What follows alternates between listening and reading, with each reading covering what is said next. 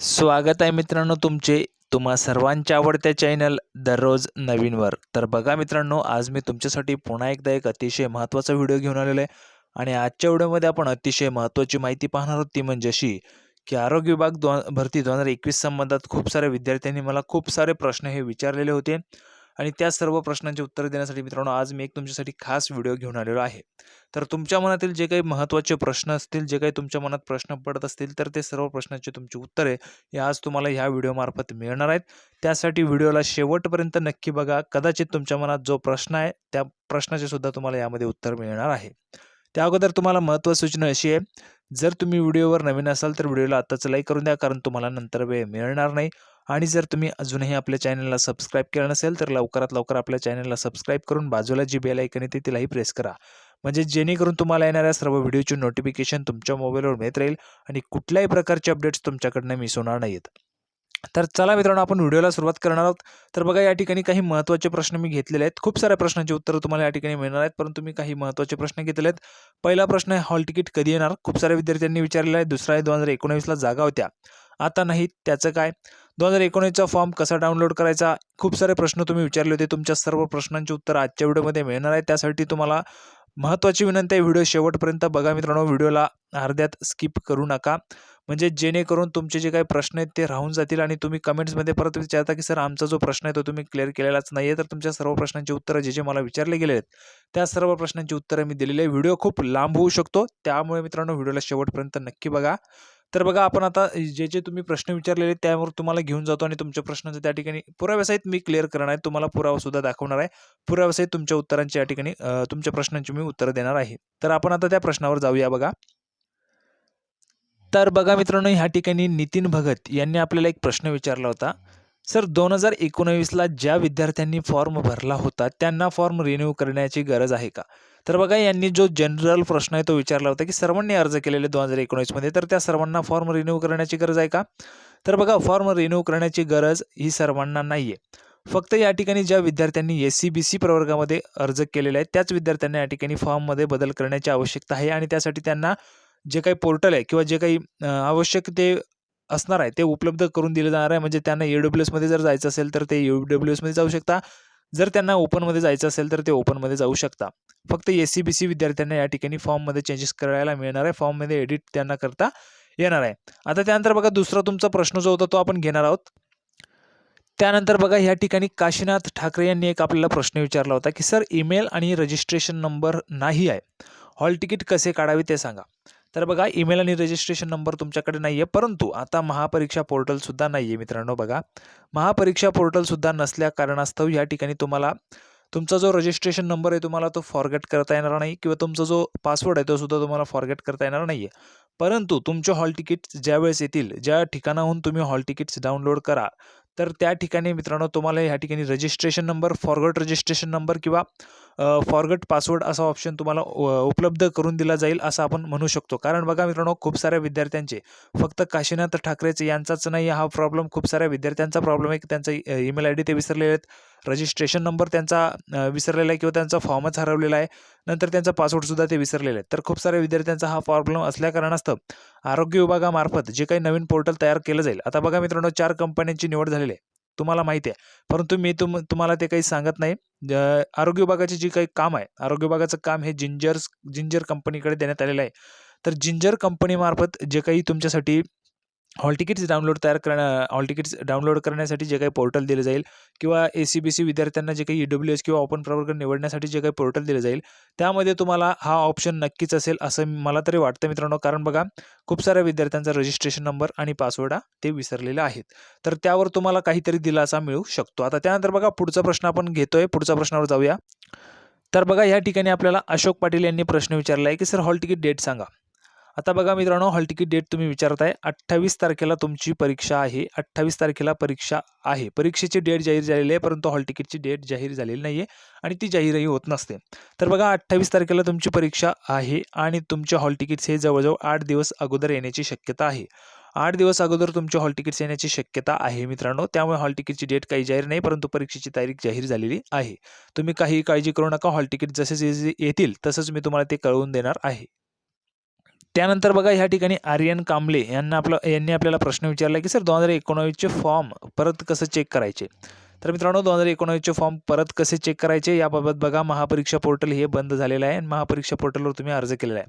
तुमचा जो काही डेटा आहे तो डेटा हा कलेक्ट केलेला आहे. परंतु महापरीक्षा पोर्टल बंद झाल्यानंतर जे काही नवीन पोर्टल असेल त्या पोर्टलवर तुमचा डेटा हा टाकला जाईल किंवा अपलोड केला जाईल आणि त्या पोर्टलवर जर मित्रांनो तुम्हाला त्या ठिकाणी तुमचा जो अर्ज आहे तो चेक करण्याचा जर ऑप्शन असेल तर तुम्हाला त्या ठिकाणी निश्चितच तुमचा फॉर्म हा चेक करता येणार आहे.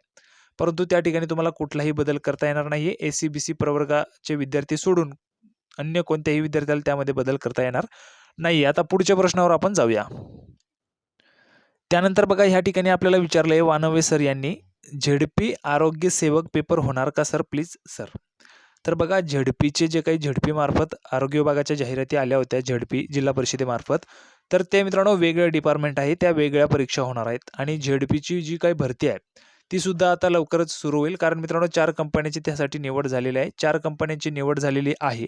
आता या ज्या काही परीक्षा तुमच्या चालू आहेत म्हणजे ही जी काही 28 तारखेला परीक्षा होणार आहे ही आरोग्य विभागाची आहे. आरोग्य संचालनालयामार्फत ती भरती होत आहे आणि झेडपी मार्फत ज्या आरोग्य विभागाच्या जाहिराती आल्या होत्या त्या वेगळ्या आहेत. तर त्यांच्या परीक्षा ह्या लवकरच होतील, त्यासाठी थोडा वेळ लागणार आहे. आता बघा या ठिकाणी आपण पुढच्या प्रश्नावर जाणार आहोत. तर बघा या ठिकाणी सागर निकम यांनी प्रश्न विचारलाय की सर एस-सी-बी-सीचं चलन कसे करायचे. तर बघा एस-सी-बी-सीचे चलन करण्यासाठी तुम्हाला लवकरच एक पोर्टल उपलब्ध करून दिले जाणार आहे आणि त्या पोर्टलवर तुम्हाला तुमचं एस-सी-बी-सीचे चलन नाही करायचे. त्यामध्ये जर तुम्हाला ई-डब्ल्यू-एस प्रवर्गाचं जर ई-डब्ल्यू-एसचं जर तुम्हाला प्रमाणपत्र मिळत असेल तर तुम्हाला त्या ठिकाणी ₹200 एक्स्ट्राचे भरण्याची काही आवश्यकता नाहीये. परंतु जर तुम्हाला ई-डब्ल्यू-एसचं त्या ठिकाणी प्रमाणपत्र मिळत नसेल तर तुम्हाला ₹200 पे करावे लागतील आणि तुमचा अर्ज हा ओपनमधून त्या ठिकाणी विचारात घेतला जाईल. तुमच्यासाठी ते लवकरच पोर्टल उपलब्ध करून दिलं जाईल. कारण बघा 28 तारखेला परीक्षा आहे आणि 28 तारखेच्या अगोदर 8 दिवस अगोदर तुमचे हॉल तिकीट्स येण्याची शक्यता आहे. 8 दिवस अगोदर हॉल तिकीट्स येणार असल्याच्या शक्यतेवर मित्रांनो बघा हॉल तिकीट्स तयार व्हायला थोडा वेळ लागेल आणि त्यासाठी तुम्हाला लवकरच ते पोर्टल उपलब्ध करून दिलं जाईल. आता पुढचा प्रश्न बघा. तर बघा नीरा वाघ यांनी आपल्याला प्रश्न विचारलाय की सर नवीन फॉर्म भरायचे का. तर बघा खूप सारे विद्यार्थी हे नवीन फॉर्म भरण्यासाठी इच्छुक आहेत आरोग्य विभागाच्या भरतीसाठी किंवा मग पोलीस भरतीसाठी सुद्धा. पण बघा आरोग्य विभागाची जी काही भरती आहे ही 8,500 पदांची भरती आहे. यामध्ये 17,000 जागा या रिक्त आहेत. आपल्याला स्वतः आरोग्यमंत्री राजेश टोपे यांनी सांगितलेलं आहे आणि या फक्त 50% जागा भरल्या जात आहेत. आता यामध्ये ज्या काही 50% जागा या रिक्त आहेत अजूनही, तर त्या जागांसाठी भरती होणार आहे. परंतु त्यासाठी खूप वेळ लागेल. कारण मित्रांनो बघा अगोदर जी काही भरती पेंडिंग आहे ती भरती मार्गी लावावं लागेल. ही भरती मार्गी लागल्यानंतर ज्या काही रिक्त जागा आहेत त्या भरल्या जातील आणि त्यासाठी नवीन जाहिरात सुद्धा येईल. परंतु त्यासाठी वेळ लागेल आणि तुम्हाला नवीन फॉर्म भरायचे असतील तर तुम्ही त्या भरतीमध्ये भरू शकता किंवा त्या वेळेस तुम्ही भरू शकता. यावेळेस तुम्हाला नवीन अर्ज करता येणार नाही. आता आपण पुढच्या प्रश्नावर जाणार आहोत.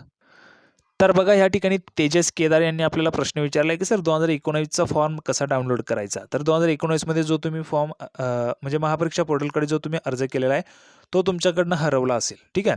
तर तुमच्याकडनं जर तो हरवलेला आहे आणि जे काही तुमच्यासाठी नवीन पोर्टल उपलब्ध करून दिलं जाईल, कारण मित्रांनो तुम्हाला हॉल तिकीट डाउनलोड करण्यासाठी एक कुठल्या ना कुठल्या पोर्टलवर जाऊन तुम्हाला हॉल तिकीट डाउनलोड करावे लागणार आहे.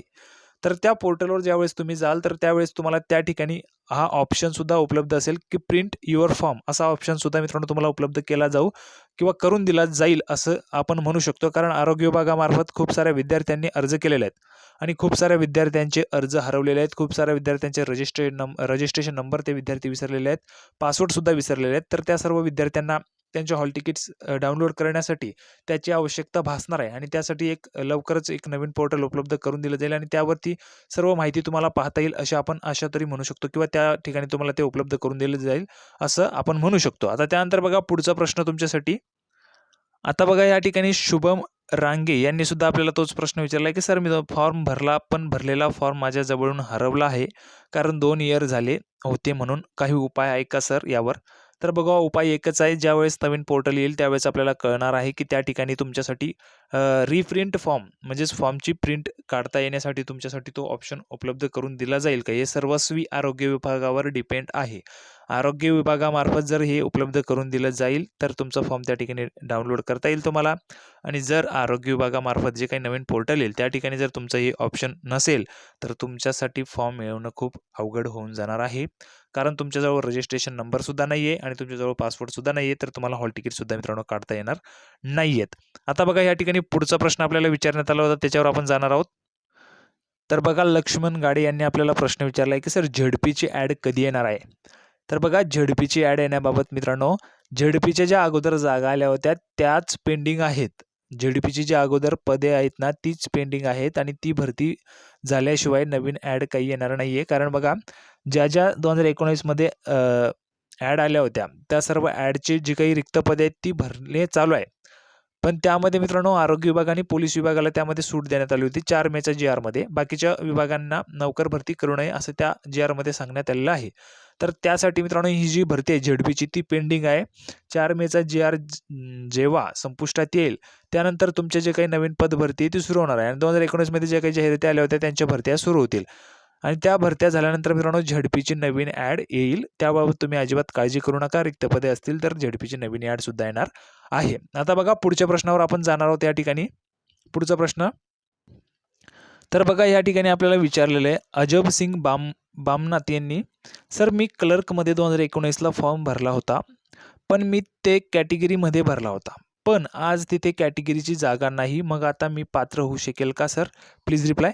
हो, तर तुम्ही पात्र आहात. पण त्या ठिकाणी तुमची जी काही तुम्ही कॅटेगरीमध्ये अर्ज केलेला आहे ते कॅटेगरीची जागा नाही असं तुमचं म्हणणं आहे. परंतु तुम्ही परीक्षेला जाऊ शकतात. परीक्षेसाठी तुम्ही पात्र आहात. बघा ज्यावेळेस 2019 मध्ये जाहिरात आली त्यावेळेस तुम्ही त्या ठिकाणी जागा होती म्हणून तुम्ही अर्ज केलेला आहे. परंतु आता 50% पदांची भरती होत असल्या कारणास्तव त्या ठिकाणची जागा एखाद्या वेळेस कमी झाली असेल. परंतु तुम्ही परीक्षेला जाऊ शकता. आता बघा तुम्हाला यावेळेस मी जाहिरातीवर घेऊन जातो. जाहिरातीमध्ये त्यांनी प्रूफ सुद्धा सांगितलेलं आहे. तर त्या प्रूफवर तुम्हाला घेऊन जातो आणि संपूर्ण बातमी तुम्हाला कळून जाईल मित्रांनो. तर बघा मित्रांनो या ठिकाणी महाराष्ट्र शासनातर्फे सार्वजनिक आरोग्य विभागामार्फत ही जाहिरात आली होती. तर तुम्ही या ठिकाणी पाहू शकता गट क संवर्गातील सरळ सेवेने रिक्त पदे भरण्याबाबतची ही जाहिरात होती. तुमच्यासाठी प्रूफसाठी दाखवलेलं आहे मित्रांनो.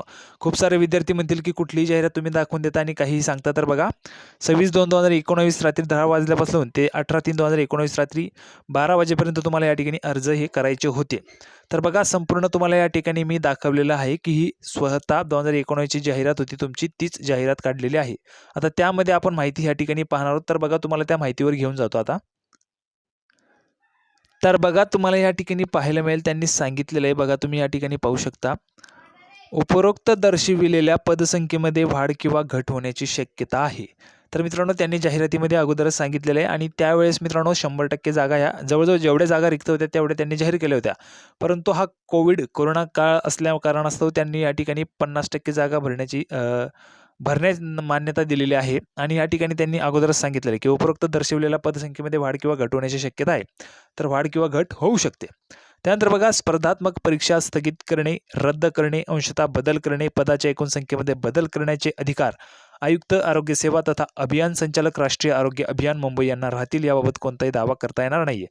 तर बघा या ठिकाणी मुंबई काय मित्रांनो, कारण ही मुंबईची जाहिरात आहे. वेगवेगळ्या संचालक किंवा वेगवेगळे जे काही आयुक्त आहेत त्यांना ते अधिकार राहणार आहेत. त्यांनी ते अधिकार त्यांच्याजवळ राखून ठेवलेले आहेत आणि याबाबत कोणताही दावा करता येणार नाही असंही त्यांनी या ठिकाणी स्पष्ट सांगितलेलं होतं. त्यानंतर बघा उक्त संवर्गातील रिक्त पदांमध्ये आंतरमंडळ बदली, पदांचा आढावा, आंतरमंडळ समायोजन इत्यादी कारणांमुळे पदसंख्येत व आरक्षण समांतर आरक्षण बदल होण्याची शक्यता आहे. अगोदरच त्यांनी यासाठी सुद्धा उल्लेख केलेला आहे. त्यानंतर बघा पुढे त्यांनी काय सांगितलेलं आहे की अपंगाची पदे भरताना सामान्य प्रशासन विभागाचे परिपत्रक दिनांक 19/3/2010 मधील सूचनेनुसार अपंगाची पदे सामाजिक प्रवर्गात दर्शवण्यात आलेली नाहीत. मात्र गुणवत्तेनुसार निवड झालेला उमेदवार ते ज्या सामाजिक प्रवर्गात असतील त्या सामाजिक प्रवर्गात समांतर आरक्षण म्हणून सामावून घेण्यात येईल. अशा परिस्थितीत जेवढी अपंगाची पदे भरण्यात येतील तेवढी पदे त्या सामाजिक आरक्षणाव्यतिरिक्त पदांमधून कमी करण्यात येतील. तर संपूर्ण बघा या ठिकाणी जाहिरातीमध्येच त्यांनी उल्लेख केलेला आहे की जे काही पदांची अंशतः बदल करणे, नंतर एकूण पदसंख्येमध्ये बदल करण्याचे अधिकार हे आयुक्त आरोग्य सेवा तथा अभियान संचालक यांनी राखून ठेवलेले आहेत आणि ते अधिकार त्यांना होते. तर मित्रांनो या ठिकाणी बघा कोरोना काळ असल्या कारणास्तव त्यांनी ते म्हणजे 50%च या ठिकाणी भरतीला मान्यता मिळालेल्या असल्या कारणास्तव त्यांनी ते कमी केलेले आहेत. त्यांनी ते जाणून बुजून कमी केलेले नाहीत. आता बघा तुम्हाला या ठिकाणी पुढचा प्रश्न जो विद्यार्थ्यांनी मला विचारला होता तो सुद्धा मी तुम्हाला दाखवतो काय विचार. त्यानंतर बघा पुढचा प्रश्न आहे 17,000 जागांच्या 50% भरणार होते. मग 3,307 पदांचीच कशी काय व जिथे 2019 जागा उपलब्ध होत्या व तिथे फॉर्म भरले गेले आहेत. पण आताच्या जाहिरातीमध्ये त्या ठिकाणी जागाच उपलब्ध नाहीत. मग पेपर कोणत्या बेसवर द्यायचा काहीच कळत नाही. तर किशोर गायकवाड यांनी हा प्रश्न विचारला आहे. तर बघा मित्रांनो या ठिकाणी तुम्हाला पाहायला मिळेल की तुम्हाला अगोदरच मी जाहिरात दाखवलेली आहे. त्या जागांमध्ये बदल होण्याची शक्यता त्यांनी अगोदरच सांगितलेली होती, की बदल होण्याची शक्यता त्यामध्ये आहे आणि बदल हे झालेले आहेत. 50% जागा भरण्याची मंजुरी मिळाल्या कारणास्तव त्यामध्ये बदल झालेले आहेत. तर ज्यावेळेस तुम्ही पहिले अर्ज केला होता त्या ठिकाणी जागा होती, परंतु आता त्या ठिकाणी जागा उपलब्धच नाहीये. परंतु तुम्ही परीक्षा द्यायला जा. ज्यावेळेस तुमचं सिलेक्शन होईल त्यावेळेस मित्रांनो त्यावरच आरोग्य विभाग नक्कीच काही ना काही तोडगा हे काढणार आहे. आता पुढच्या प्रश्नावर आपण जाणार आहोत बघा. पुढचा प्रश्न काय होता?